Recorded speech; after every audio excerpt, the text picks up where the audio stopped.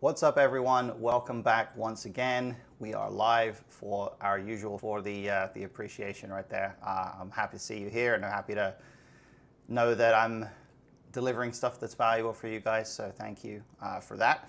So as you may have guessed from the title of the stream today, we are going to be focusing a little bit on the same topic that we've been using for our Discord challenges, which you can access through our Discord channel, of course.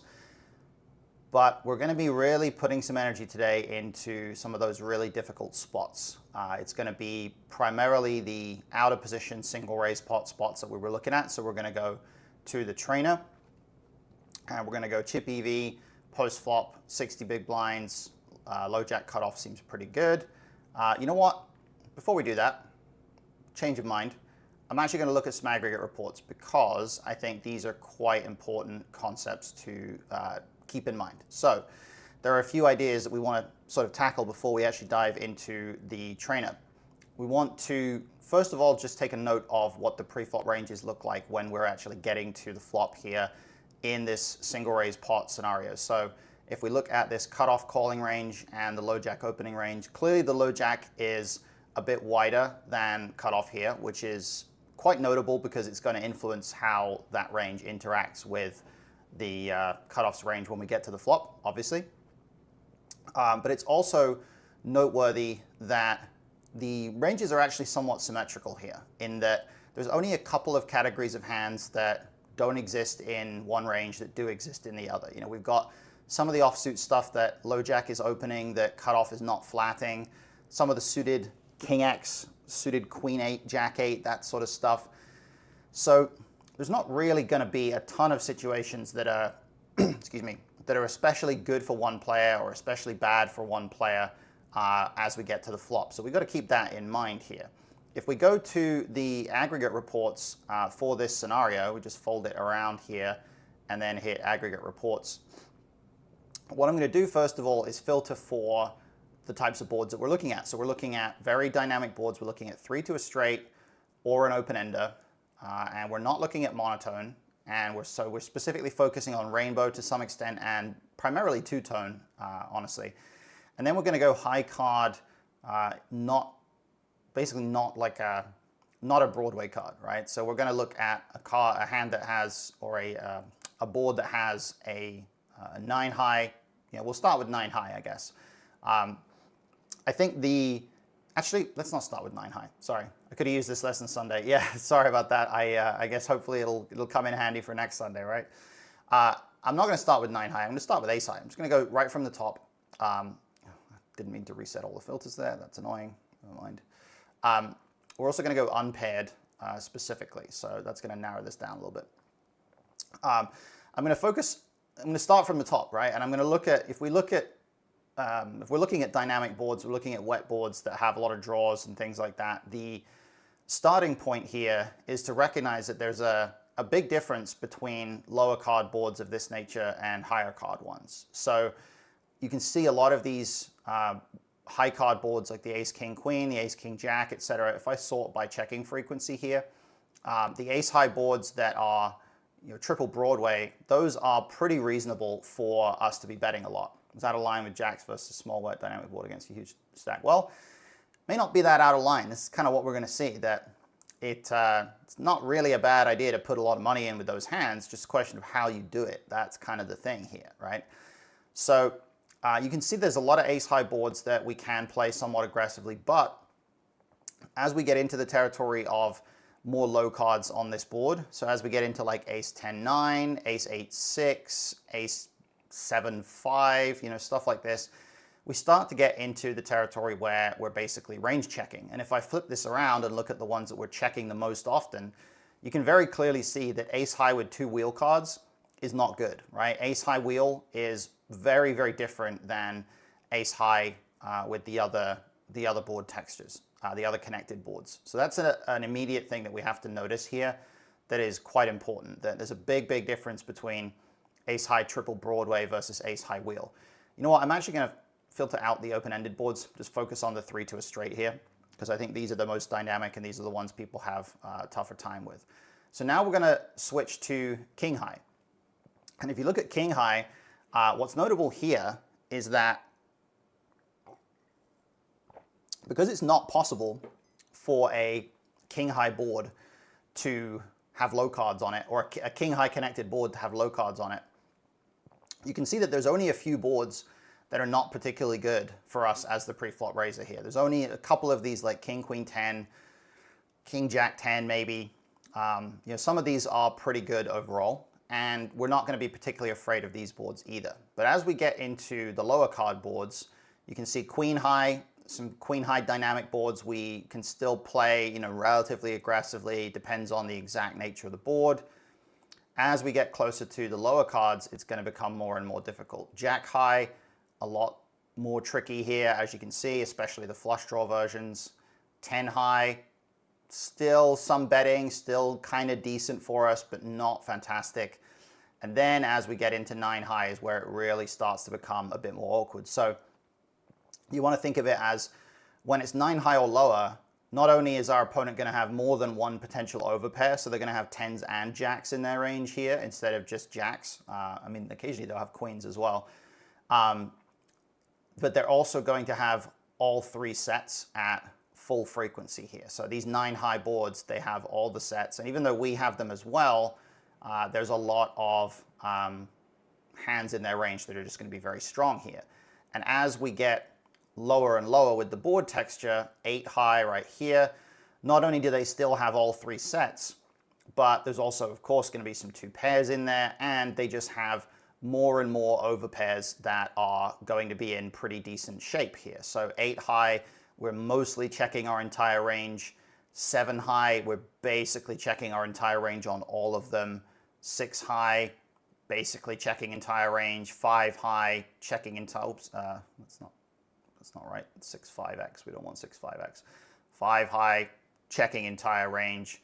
And then finally 4 high, which is the lowest type of connected board, 4-3 deuce, we're always checking our entire range here. So it actually has a lot to do with not just the sets that villain can have, not just the 2 pairs, but just the density of overpairs as well. So you want to keep that in mind, that the boards where your opponent can have more and more overpairs, especially if they're connected like this, you're going to find a lot more checking being done. So we're going to keep that in mind.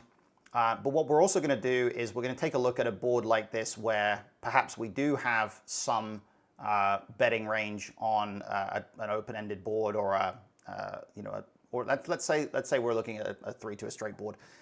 We're just going to filter for these 3 to a straight boards. And then we're going to look at the ones that we are betting maybe some of our range, but not all of our range. We want to think about how that range is going to be constructed. So something like this, 9-7-5, right? This is a good example where we do have some big bets here, and we have a lot of checks. But we want to try to understand how our range is going to be constructed. And the good thing about these situations is that the way that we are constructing our out of position betting range, when we're putting in this case, we're putting in 4.7 big blinds, it's actually going to be quite similar. It's going to be quite reflective of the way that we are constructing our check raises. Like the similar sorts of hands are going to go into both ranges. So you can kind of see here the way that it's being constructed. It's a relatively sort of well-rounded range here. It's somewhat linear in the sense that there's still some middle strength stuff that is betting with some frequency. We're betting with a lot of bluffs that have some kind of equity, but there is also a lot of diversity to the types of hands that are in there. If we look at specifically what the importance of a backdoor draw might be here, we can just filter for suits. So if I filter for hearts, for example, you can see that we're slightly more likely to bet with 1 heart, and if we have 2 hearts, we're actually slightly less likely to bet here. So the sub-range, oh, sorry, no, where are we? I misread that, sorry. We're slightly more likely to check if we have just 1 heart, so if we have an offsuit hand.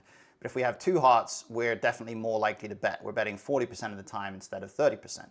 If we go, let's say, 2 diamonds, same thing, betting more often. If we go 2 clubs, same thing, betting more often. So clear. Hey, Poker Pulse, what's up, Lee? How you doing? Good to see you there. So the clear idea here is that we have backdoors. We're slightly more likely to bet with backdoors. And if we look at the spades, spades are more likely to check, right? So there's a certain kind of linearity there in how we're constructing on a board like this. And this is also going to be very relevant when we start to look at our check raising ranges as well. So we're going to keep this in mind as we go through and do some trainer stuff. We're going to focus in on, as the title kind of implies, trying not to get wrecked out of position on these wet boards. So I'm going to build this drill. We're going to go 60, low jack cutoff, single raise pot. Board configuration is going to be only two-tone or rainbow. So this is going to mirror some of the drills that we've been doing this week. We're going to look at no pair. We're going to look at no Broadway. Actually, let's do one Broadway or no Broadway. So we're gonna have some of those middle cards in there. We're not going to filter for the high card because we're just looking at the Broadway, and then 3 to a straight. And that is, I think, going to be fine. That should be good. Hand configuration, we're not going to do too much with that. So we're going to go save and train. So here is where we try not to get wrecked. We've got our drill. We're going to get it set up. And our first spot, oops, we're playing the wrong hand. Immediately we're playing in the wrong position. We're playing in the cutoff. I set it up incorrectly. Let's go back. Oh, that's not even the right place. Oh man, I'm all over the place today. All right. So we want to be, we play, okay, this is what I didn't mean to do. Play for both positions. We don't want to play for both positions. We want to play just as the low jack against the cutoff. So that should be the drill that we need here. And we're going to try to, like I say, not get wrecked. We're going to make sure that we have a good approach to these board textures. Now our first one is 9-8-7 2 diamonds. Now this is the type of texture that it can be a bit misleading because it can be tempting to think like, well, maybe we don't, maybe we just range check here. But as I mentioned before, villain can only have sort of 1.5 overpairs here if we think about pocket jacks being in there sometimes. So it is going to be slightly better for us here than some of the other boards would be, than the lower card boards. But I still think we probably aren't going to do a ton of betting. I think that maybe this might be low frequency bet for the small size. I think with this particular hand, there's some merit to betting, but it kind of feels like we prefer to have, overpairs with a diamond, maybe some 2 heart hands like king 9 of hearts, possibly a little bit better. We're going to check this one. I think we're probably going to be okay with this. Yeah, okay, it's high frequency check. There is some betting, some small betting. So we were kind of accurate there, kind of right with that one. Check, check, turn 10. This kind of sucks. Naturally, not a great spot for our hand. I do think it's an okay spot for our range, just based on the fact that when it goes check, check here, we are facing a range that's a little bit more capped. I don't think we have any reason to bet though, so we're gonna hit the check button. Oh, it's a mistake. Wow, okay. Why is checking a mistake here? That is interesting. I don't imagine this is like a polar spot, so I would say we're probably just looking at like maybe this is just about strong enough to bet small with. Yeah, okay, wow. So this is actually, this is an even better spot for our range than I thought here, in that when villain checks back flop, it's just a really positive spot for our overall equity. And we actually have a good chunk of 9x that can bet here for a little bit of really, really thin value, presumably to get a call from those like underpairs with a diamond or that sort of type of hand. Let's see, B25, see what villain does. Yeah, I mean, we're getting called by underpairs with a diamond. That's one part of it. What else are we getting called by? Second pair. Villain doesn't have any 9x that's worse than king 9. Well, they have queen 9, okay. Third pair. Ace 8 and king 8 are in there. They're definitely calling. So there is some 8x there. There's also, this low pair region. Even a little bit of like ace high, ace king, ace queen with a diamond. So yeah, I mean, there's a non-insignificant portion of hands that we can get called by there that are actually worse than king 9. So little bit of interesting thin value there. Dome says, I think villain bets a lot of flush draws here, and we have a lot more of the offsuited broadways, giving us the upper hand on Jack X. Yeah, it's a good point. I think certainly villain is going to bet a good chunk of flush draws on the flop. I think we've got to always be clear on whether we're talking about in theory or in practice, though, because in theory, as we see here on villain's flop strategy, the flush draws that they have are not going to always bet by any means, right? You can see they're betting maybe 2/3 of the time here, but there's obviously a decent chunk of flush draws that are just checking there. So it's rare that we will reach spots in theory where a draw gets there and, you know, villain can just never have the draw, you know. So we probably in practice are going to see more betting from flush draws than what we will in theory. So I think that's important to note. But yeah, I think you're absolutely right that we have more of those offsuit broadways. We have a little bit more in the way of Jack X, in the way of this sort of texture. So that's a good one. It's a good insight. So our next spot, we pretty much just now identified that these 5 high and lower, these wheel textures were range checks. So we're just going to check. And then we face this small bet, which we are going to face fairly often here in a certain number of these situations. When it comes to check raising, I think we always want to be conscious that the principles of how our betting range is constructed are always going to be pretty consistent in that our hands are either primarily going to benefit from getting called by worse, or they're primarily going to benefit from getting better to fold. And in this particular case, ace-6, even though we have a straight draw to the nuts here, which is, well, I guess it's not to the absolute nuts because 6-7 would be the nuts on a 4, but we have a straight draw here that is in pretty good shape. The question becomes, is the cutoff going to bet fold better ace highs here? Or are we just kind of isolating ourselves against, let's say, a lot of the ace highs that will call the check raise because they have the gut shot, and you know maybe we're just in a bit of worse shape.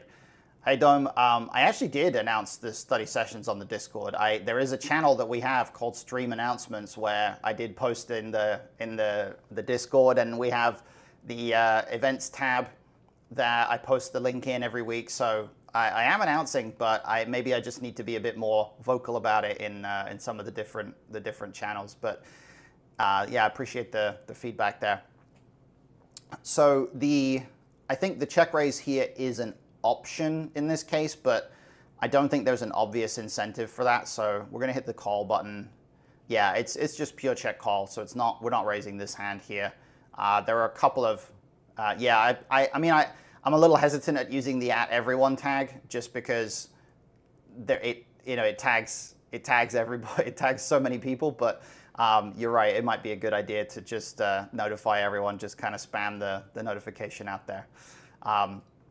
Yeah, so the check call is fine here. In terms of looking at how we check raise this board, we can see that there's a pretty clear sort of correlation here in terms of some overpairs, like jacks plus is pretty much our value range, and then we've got some of the like pocket sixes, some of the 4s in there, some 7-6, even some high card hands like 9-8, 8-7 that just have 2 overs and a backdoor. And then we've got a little bit of king-7, king-6 because in particular those are going to be able to get better kings to fold. So unlike the ace highs, which aren't folding, better king highs are going to fold. And yeah, I will talk to Victoria about it. I'll mention it there for sure.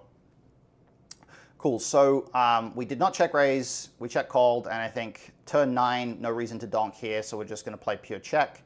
And now I imagine our hand just folds. Yeah, it is pure fold here, so nothing too much to sweat there. Okay, so we didn't get wrecked in this hand. That's a pretty good idea, actually, Smar. A single @everyone weekly for a preview of the coming week streams. Yeah, I'll run that idea up the flagpole, so to speak, and see how people respond to it. Could be interesting. I know we've been hesitant to just tag everybody, but we'll see how it goes. Anyway, our next one is this 10-9-7. So the 10-9-7 here being a texture that, you know, villain can only have basically the one overpair, maybe one and a tiny bit of an overpair here, tiny bit of queens. We are going to be able to have some bets here, I think. And it's also noteworthy here that villain has quite a few underpairs on this board. They have fives through deuces at a pretty decent frequency here. So it is worthwhile to consider that the small bet might be pretty good just because it makes those underpairs a little bit more indifferent. The larger bet here might be a bit less functional because everything that has some kind of interaction with this board is not going to be indifferent against even a larger size. So I do think if we do bet, we probably use the small size. I don't know if I really think this particular hand is going to be a high frequency bet. I would imagine that it might be low frequency, but we probably would be more likely to bet here if we actually have a heart in our hand. So we're going to check and let's see. Oh, wow, no, it's basically pure bet. Okay. So this is a much higher frequency bet than I thought. Sorry, need my coffee. Yeah, we actually are betting this flop more frequently than I would have expected, and king queen off here, this combo is, yeah, super high frequency, basically almost pure bet here. It's like 99%. So yeah, a little surprising, but you know, kind of makes sense that king queen would be a pretty reasonable hand to bet here. Queen of hearts turn. Again, we're not up against a lot of flushes here, although there are some. We're not up against a lot of king jack here, although there is some. And we have a king in our hand, so that's also good. I think this might be a little bit more of a spot where we have some reason to bet slightly bigger. Might be a more situational bet based on how well you know the opponent. Yes, but I don't think there's really much that, like, people say this a lot, right? And I don't think there's really much that we could know about our opponent that would tell us definitively one way or the other, right? Like, let's say if we think about the benefit of betting here, the reason for betting this hand is going to be connected to the properties of the hand. And if we're going to deviate in one direction or another, we want to think about it in terms of, well, is our opponent going to fold hands that they wouldn't normally fold, or that you know, shouldn't be in their range to begin with? Or is it going to be the case that maybe they are not going to raise hands that should raise, or what is it they're actually going to be doing that's going to cause them to play differently? Because I think people tend to, I think the idea of something being situational or player dependent is like kind of a crutch that people use sometimes. I think it can be the sort of thing where they'll say that because it avoids having to deal with the reality that a certain spot is just very close and doesn't matter a ton either way. So we've always got to be careful we don't go down that rabbit hole, because there's a lot of stuff where there's a lot of spots where you just don't know almost anything about your opponent, right? And in particular, there's also a lot of spots where you might think you know a certain amount about your opponent, but in fact, it's based on a very small sample size, and it may not be that useful, the information that you do have. So always got to be a bit careful about that. Now, to go back to this particular turn spot, we are up against a range that is a little bit more capped here. I think if we use something like the 50 or the 75 here, we're going to be targeting like a 9, a 7, something like that. I think the 75 seems like it works pretty well. And yeah, looks like, okay, so it's actually high frequency 50, low frequency 75. But yeah, this hand is a very reasonable bet here. And you know, we're checking quite a bit with range, but we are going to be able to bet this hand. So that was good. That one worked out fine. Okay, Queen 9-8. So this is one of those board textures that is fairly dynamic, but it's actually not that bad for our range. Again, villain doesn't have any overpairs here, so that's quite powerful. We both have Jack 10. In fact, we have some Jack 10 off that villain doesn't have as much of. Dome, I think the Queen X is kind of a special turn in those spots because villain has Ace Queen off a lot. Yeah, I mean, that's a good point. Certainly, those types of hands, those ace queens, are going to be reasonably high frequency there on the turn. I also think they're going to have just quite a pretty big chunk of underpairs. We've got 6 combos of all those underpairs and sixes, fives, fours, threes, deuces. Those are going to check the flop a pretty decent frequency there. So yeah, certainly going to be a tricky turn. Trained low jack, hijack a lot, and queen high boards play a lot different to other Broadway boards. Yeah, I mean, queen high boards are certainly going to be a bit tricky in some of these situations, which is what we've got one here, right? And yeah, I mean that's going to be true on the flop. I guess the main adaptation that we want to make there is we want to account for the variation that exists once villain checks back the flop, because now once they check back the flop, they become a bit more condensed towards certain other types of hands. If I go back to, hey Mathor, welcome. We will have to meet soon to talk over some fun AI stuff. So the hand that we have, 6-7, this is not going to be a great candidate to bet here if we do have some bets on this board, because we're blocking underpairs, which is not what we want. We're also blocking some of the heart hands, like the ace-7, king-7, ace-6, king-6 suited of hearts that just fold here. So I think we probably prioritize checking this hand. Oh, wow, okay. We actually do way more betting here than I thought. Top right session overview is where you can go back. Yeah, okay, thank you. That's what I wanted to do, to go back to this one. Yeah, you can. I think we'll probably kind of see where villain has, like once it goes check, check. Yeah, villain's checking range here. You can see on the flop, they only have top pair. They only have a 10, like 10% of the time. Ace queen at this point is, it's kind of mixing checks on the flop, so they do have some of it. They have a good chunk of ace high. They have 21% low pair as well. So when we get to this particular turn here, you can kind of see they basically only have top pair like 11% of the time, and they have a lot more low pair, like 36%, 20% ace high. So ace queen is certainly a consideration here, but once it actually goes check, check on the flop, we always have to just adapt to the kind of changing nature of their range, I guess, is how I would put it. Anyway, we're back to this 6-7. This is, yeah, I'm a little surprised to see this much aggression from this hand, but I guess it's just a pretty aggro board for us overall. Like, I thought this would be like maybe 50-50. Didn't really expect it to be, 75-25, give or take. So definitely a pretty aggressive board, a little bit more so than I thought. We check and we face half pot. Now this is kind of tricky, because after checking this hand, we're now in kind of a situation where our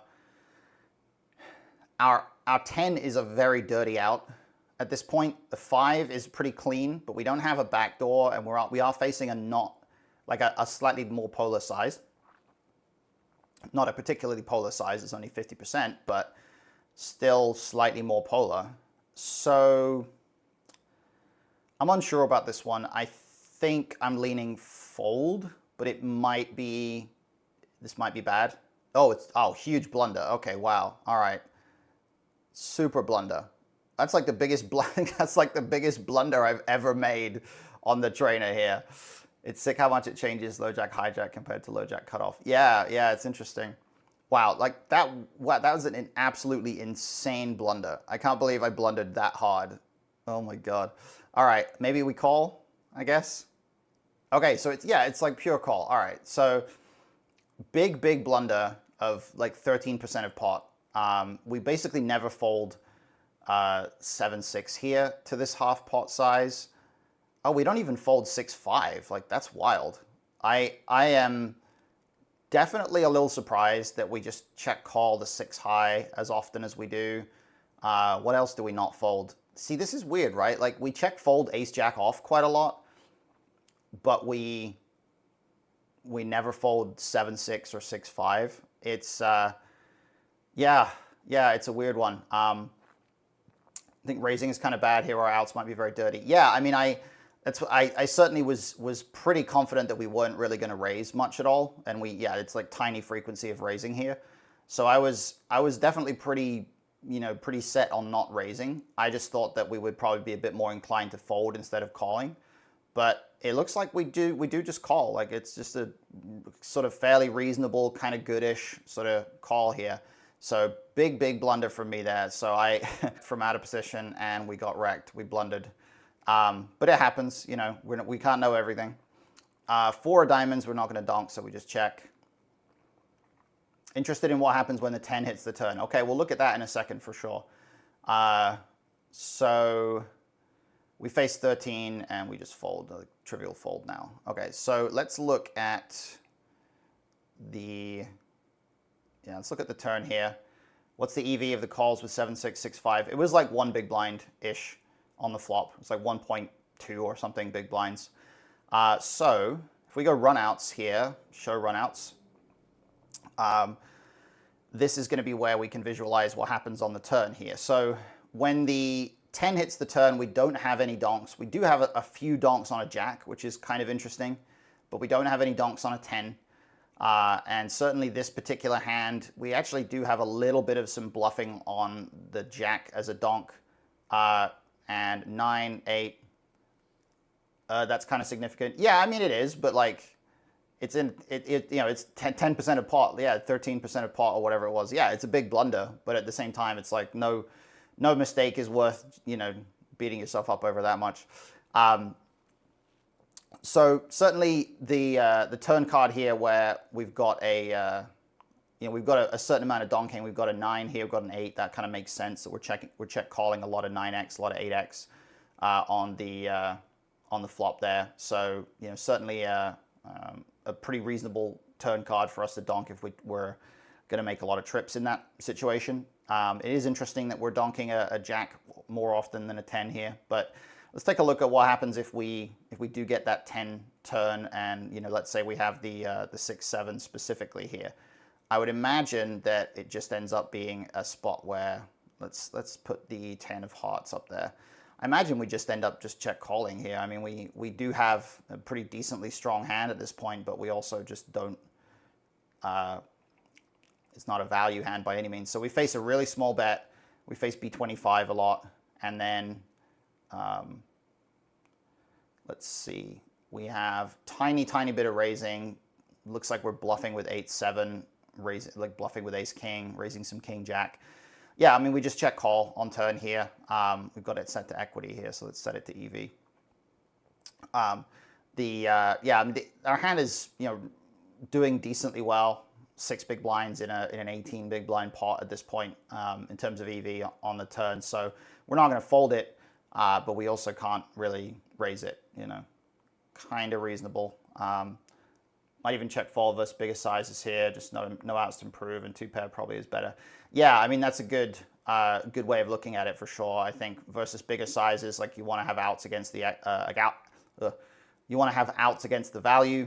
So it just kind of makes sense that drawing dead with a hand like 6-7 would not be an ideal spot. This one, 10-7-6. Again, we are probably, this is going to be a board that's probably like not terrible for us. We probably get to have some bets.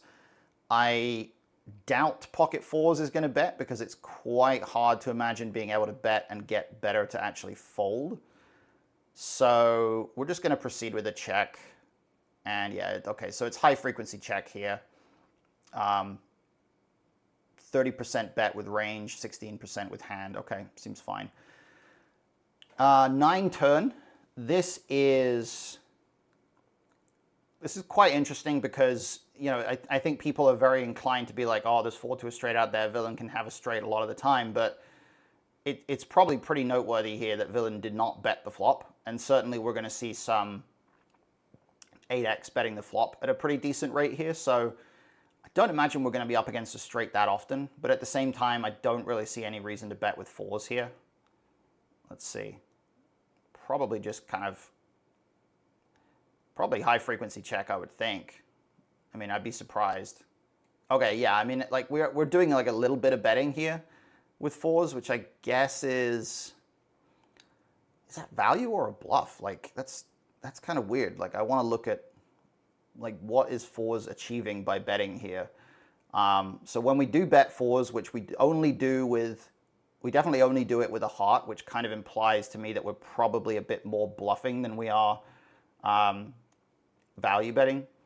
Yeah, Dome, that's definitely correct about the 8x for sure there. If we B25 here, what happens? We get fold. We don't ever.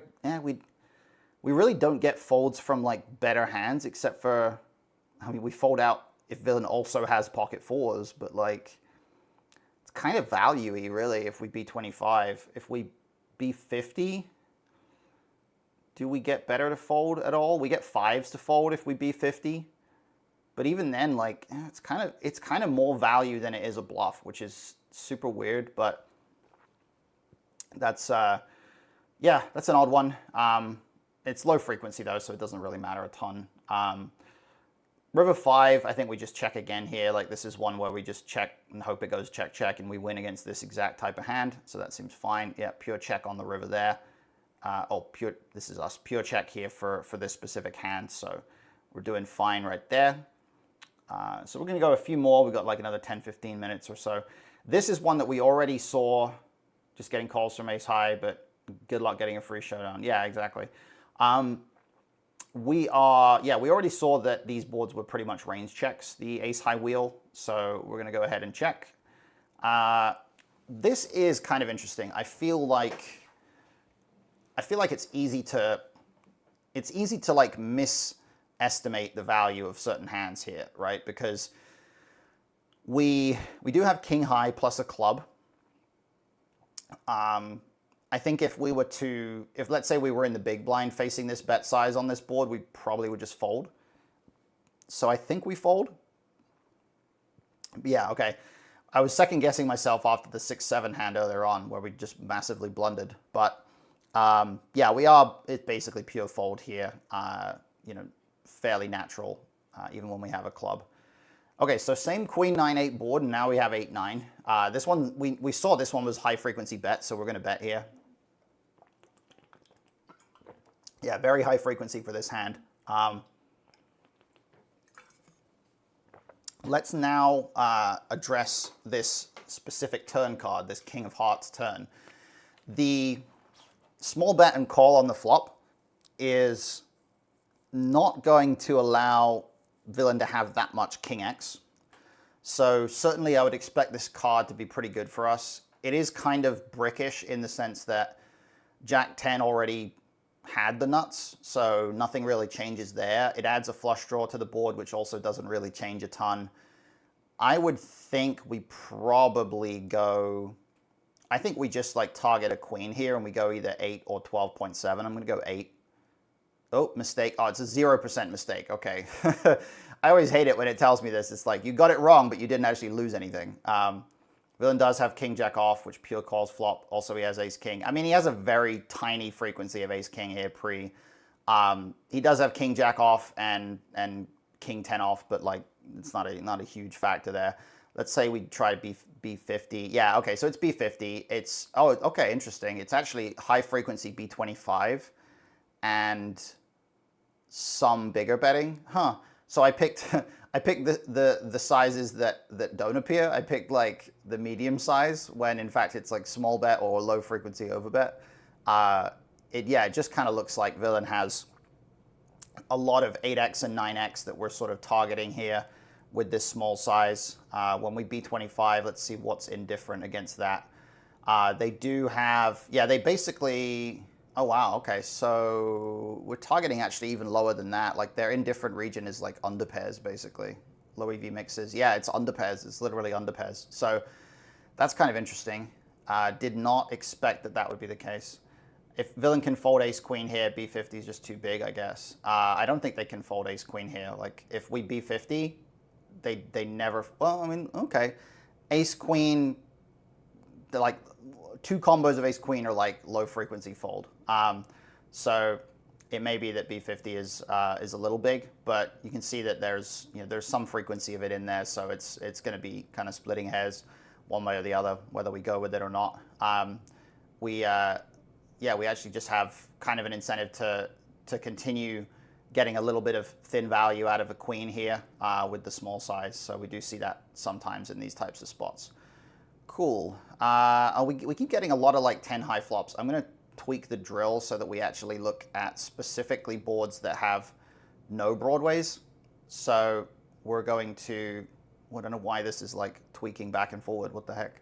We're going to get rid of the one Broadway hands, and we're going to save and train. So we're just going to look at the low card textures.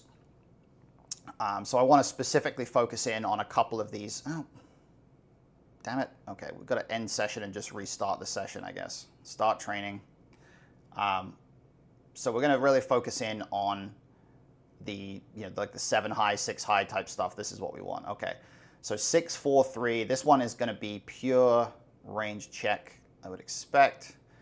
Yep. And now we have to consider, do we have check raises with this hand? Now, I don't think we're going to fold this hand. 2 overs and a backdoor, especially when the 8 also gives us a backdoor straight draw.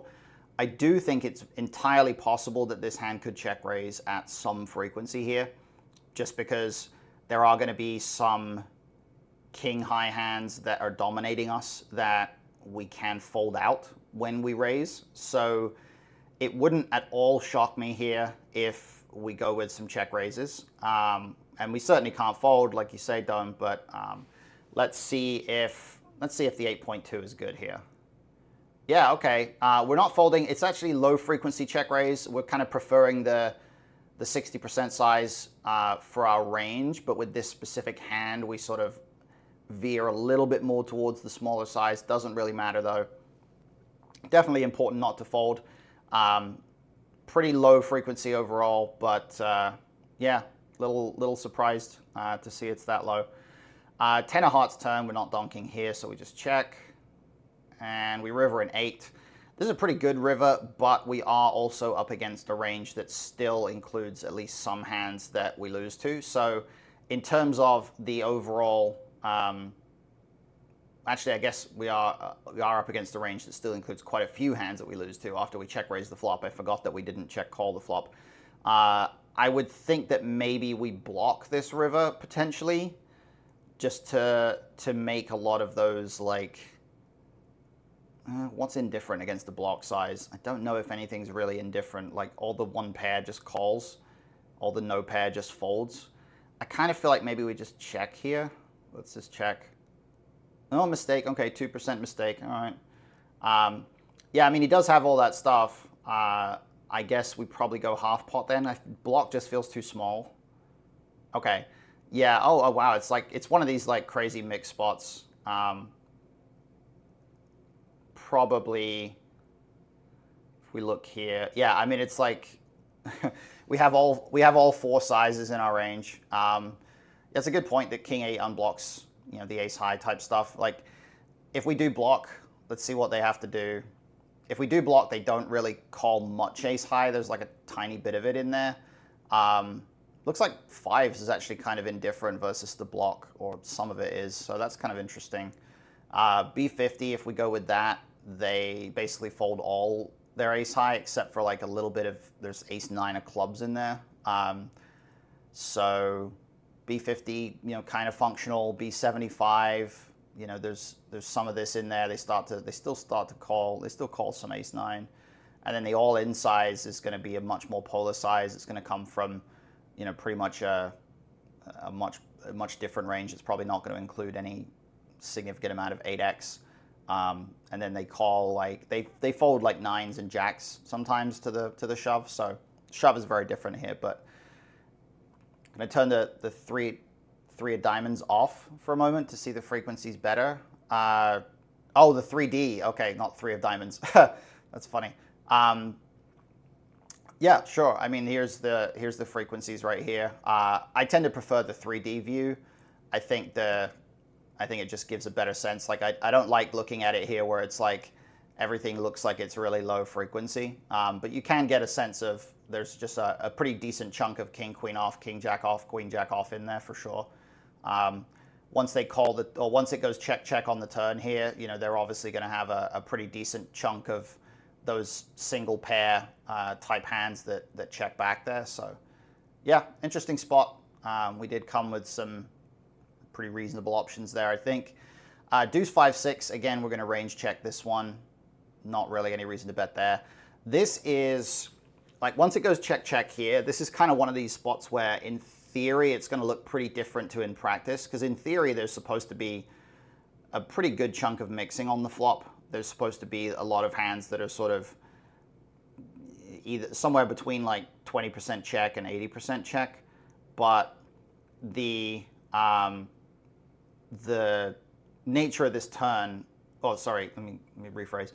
In practice, you're probably going to find that a lot of opponents are just going to pretty much pure bet a lot of the stuff that actually should be checking sometimes here. So in practice, we may be able to go a bit bigger than what we go in theory. Kind of a neutral-ish turn card. Like, we check obviously everything on the flop, but then they check a range that's kind of a little bit more concentrated on Broadway stuff. So maybe they have a lot of Jack X. I'm going to hit bet 5.3 and see if that's good. Yeah, okay, that's good. So let's see. Yeah, I mean, like you say, sevens plus pure betting in practice is potentially reasonable. We've got a lot of the, like jacks through sevens is supposed to mix here. So as you can see, like, people are probably going to miss those checks in practice. Once it goes check, check, again, on turn, we have a certain amount of big betting here. We kind of mix between like a more moderate 50% value size and then a much more sort of chunky bet 2E size, the 160-ish% here. And with this specific hand, which was A6, we basically can do anything we want. It's kind of a, pretty much just universally, like, doesn't really matter a ton what we do here. So not a crucial one for us to nail. Let's make this the last one because we're at 10:45, so we're going to keep it somewhat brief like we tend to now. I didn't want to go with those 90-minute sessions anymore because I think everyone was getting a bit fatigued with those ones. 6-4 deuce, we're going to check again. We do face 1.8. This is one where I feel like this is probably just pure call. Not really any significant benefit to raising here. So we're just going to check call. Yeah, pure call for this hand, although we do a fair amount of raising range-wise, 20% raise. Turn jack, again, we're going to check. Not really any reason to donk here. And we face a big size. So this hand is a clear fold, but let's take a look at where that threshold is of what we actually continue with versus that turn overbet. It's kind of a 2E size on the turn here. Bet 119. Looks like hands like kings and queens, if we check call them, they're just check ripping the turn, which makes a lot of sense. And I think what a lot of people probably wouldn't realize here is we are actually indifferent with 10s through 7s. This bet size is big enough that it puts us in a really awkward bluff catching spot with these hands. So these combos are in some pretty rough shape there. And on top of that, we also have some flush draws that we have to fold. We don't fold the nut flush draw, but we do fold stuff like king 10 of diamonds. Sometimes we also fold a lot of the weaker flush draws, queen high and 10 high, at a much higher rate as well. So definitely pretty interesting there to see that the flush draw is in some rough shape on this turn just because of that big bet size that we're seeing. So important to kind of be mindful of that and not sort of autopilot your way through having a flush draw here, because those hands are not as good as they potentially seem.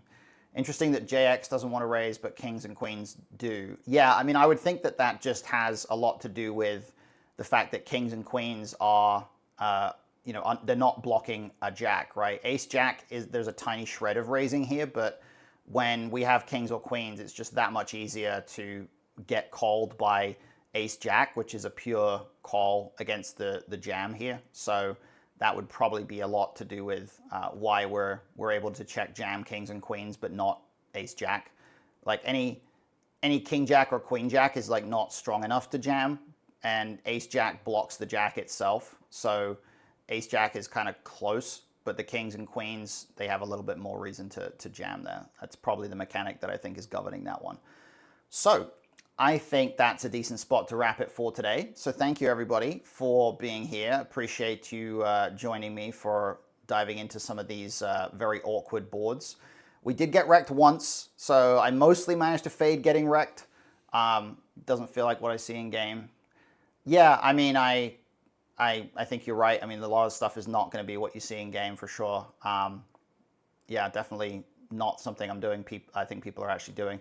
No worries, Smar. Happy to be here. Happy to have you guys with me. We did get wrecked one time. Like I said, we did make one big blunder.